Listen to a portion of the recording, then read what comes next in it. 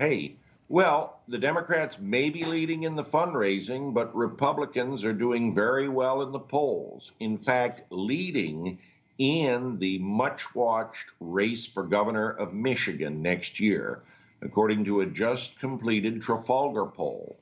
The front running Republican, former Detroit police chief James Craig, known as the toughest cop in America to admirers, leads Democratic Governor Gretchen Whitmer 50 to 44%.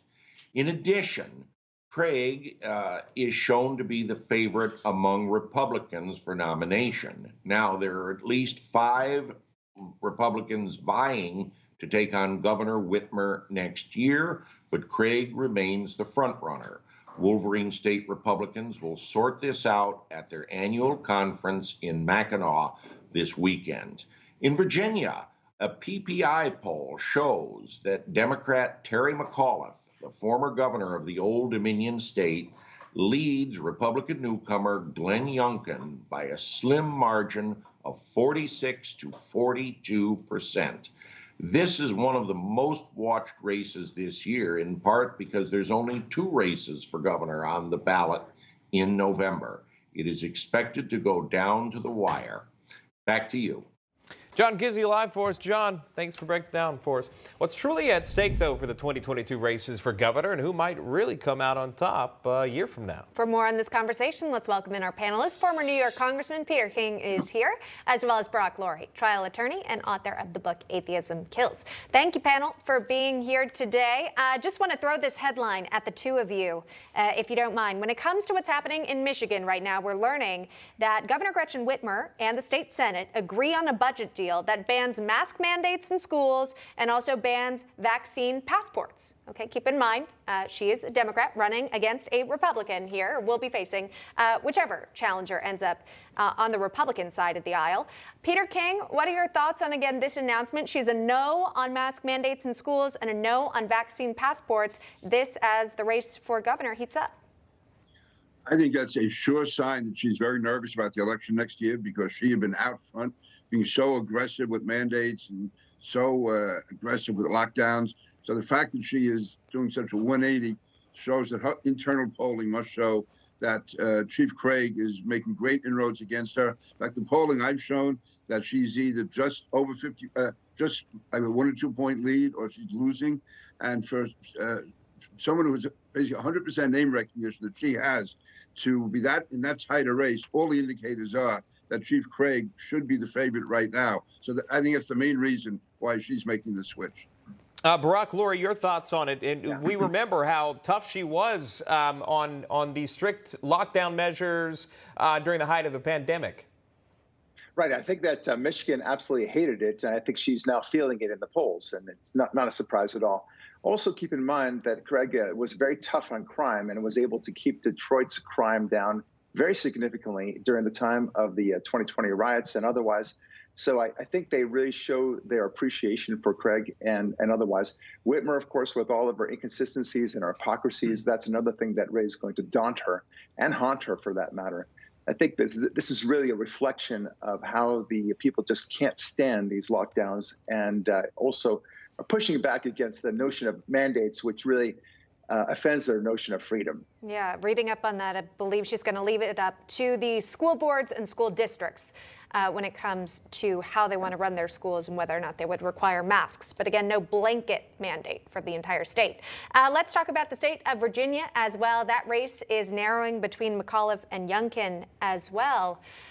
Peter King, is there a chance for a Republican win here? What do you think? Yeah, there is. Again, I'm not an expert on Virginia, but the fact is that I know that if you're an incumbent, and a well-known incumbent or a former incumbent, the way Terry McAuliffe was, and you are under 50%, that means that you are behind, because that means everyone in the state knows you, and yet the majority don't support you. I mean, I've seen races in New York where an incumbent is winning 45 to 35 in the polls and ends up losing 55-45. Generally, if an incumbent is under 50% at this stage, he's in deep trouble. So I would say right now the Republican of Virginia has a real opportunity.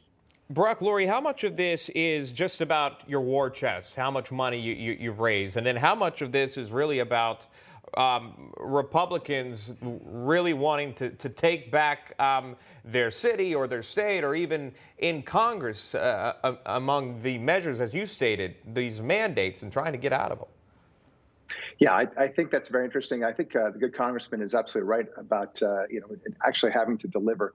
At the end of the day, money means something, as it always does. But unless you have a war chest that is 10 to 20 times more than the incumbent, than the challenger, rather, I think that you really got a big problem here, because ultimately it's going to be about the issues. It's going to be about how people feel about COVID, about how they feel in terms of security. These are the key issues here. I'm frankly surprised that McAuliffe has this small of a lead, considering the extreme blue growth in Virginia that we're seeing. So it's good from the Republicans' point of view. Obviously, it's still a challenge. He still has to fight, but I think we've got a good shot here. Well, speaking of... If I could add a point, going back to 2009, when President Obama was unpopular, and so many, I say, maybe hundreds, if not thousands of local elections that year, 2009, Republicans won. In many cases, I'd say at least 4 or 5% of that vote was an anti-Obama vote. And I think right now, the feeling against Joe Biden is more now than it was against Barack Obama. So I think Republicans are going to be beneficiaries of an increase of anywhere from 4 to 5 to 10% of an extra vote just because of Joe Biden. Well, let me ask you about what we saw in California with the recall election that Gavin Newsom was facing. He was not recalled. He got to keep his job, and he did so handily so. I mean, he got a good number of votes there. Peter King, what can Republicans learn from that recall election? Is there anything that could play into strategy when it comes to midterms and congressional seats? I think they should focus on the issues. I think that Larry Elder, I have great respect for him. I think he made a mistake, though, week to 10 days out, saying the election might be rigged. That just raised all issues from 2020. We should focus on Joe Biden, focus on the Democrats. In California, focus on Newsom, the fact how incompetent he was and the double standard he was setting. So I think it's to say focus on the issues. But again, California is a tough case. I mean, there's a situation where they were outspent probably 50 to 1, and there's such a large Democratic majority. So that was tough to win. But no, I think the fact that it was so close up until the last week to 10 days show there's a real unrest in the country against Democrats. Brock, Lori, there's the other aspect of it, too. They did get that recall on the ballot. That actually did happen. I mean, you're talking about millions of signatures that came out. And again, it goes back to that whole sense of government control. They were simply upset with him because of the mandates, and he didn't adhere to his mandates. He had to come and apologize for it. And it goes right back to your central point.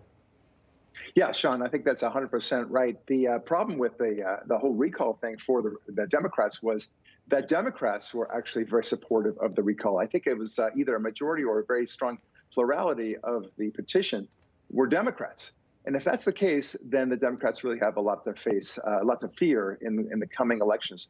Look, the recall itself was the fact that it happened is very significant for the rest of the nation. I think people were very upset with Gavin Newsom for this. Yes, and I think with Congressman King, I think he's 100% right. There were some challenges that Larry King had when he went forward. There was such a small and very short campaign season as well. So these are the issues of the day, and we have to challenge that. Okay, really interesting conversation. Peter King, Brock Lori. You just watched Newsmax TV, America's fastest growing cable news channel, now in more than 70 million homes. You can get Newsmax TV on your cable system or check your cable guide. And if your system doesn't carry Newsmax, call them, tell them you want Newsmax TV, because we're real news for real people.